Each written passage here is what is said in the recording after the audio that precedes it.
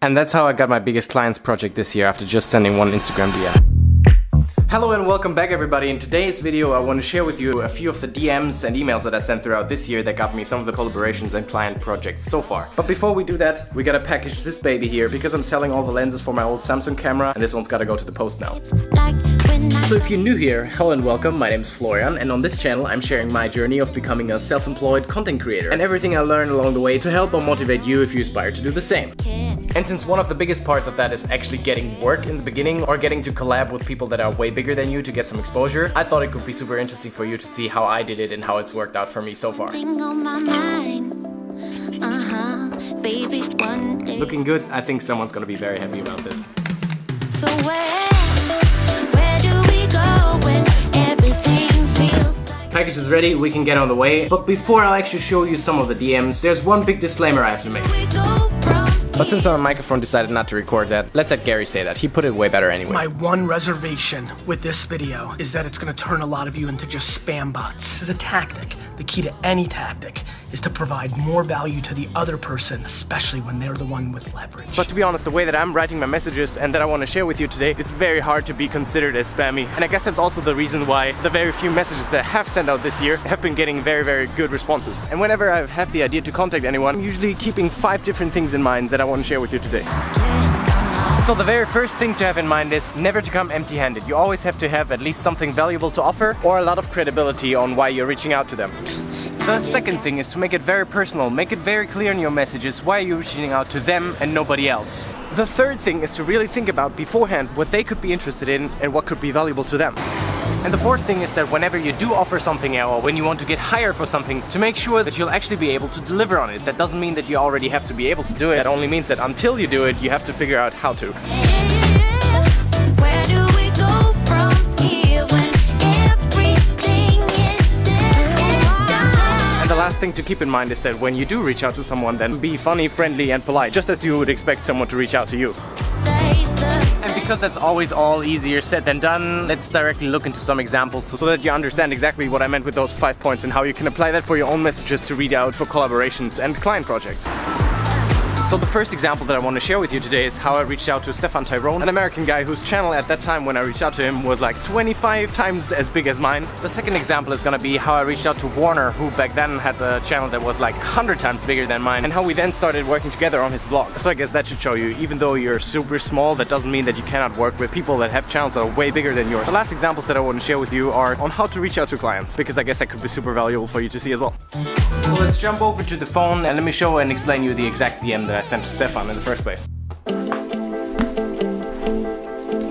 So I had that idea that I could make a video together with him, and I also knew that he was living quite close. So I wrote this one after I watched one of his recent videos. I just saw your video talking Swedish, you've made such a big progress. Been watching your videos for a while now, impressed by how you're running your channel just on the side while actually working full time. Curious to see if you'd be interested in something like a small interview. Thought your story would be super interesting for people to hear. If you look back at that message and remember the 5 things that I said earlier, first I made sure to let him know why I actually picked him to reach out to. Second, I all the time had in mind what kind of benefit he could have out of this, to share his story and to bring more attention to his channel. Third, I gave myself a little bit of credibility in sharing with him that I was also making YouTube videos, and of course you'll see that on my Instagram account as well. And after all, I didn't really ask for anything from him, I was more offering something. So that's how a few days later we actually managed to meet up and then film the video that you might have seen on the channel. If not, go and look at it. By the way, before we get into the next example, I quickly wanted to let you know that I'm planning to make a Q&A video sometime soon, so if you have any questions for me personally or anything about freelancing, content creating, any of that kind of stuff, leave it in the comment section down below. Let's get into the second example. This one is quite from a little bit longer ago. I think it was already in March that I reached out to Warner after I had started my own first YouTube series and after he had started vlogging. And so in middle of March I sent him this message. Man, you're killing it with the vlogs, so good to see you doing it. Team Overdrive for the win. If you don't get that, you should watch his John Olsen application video.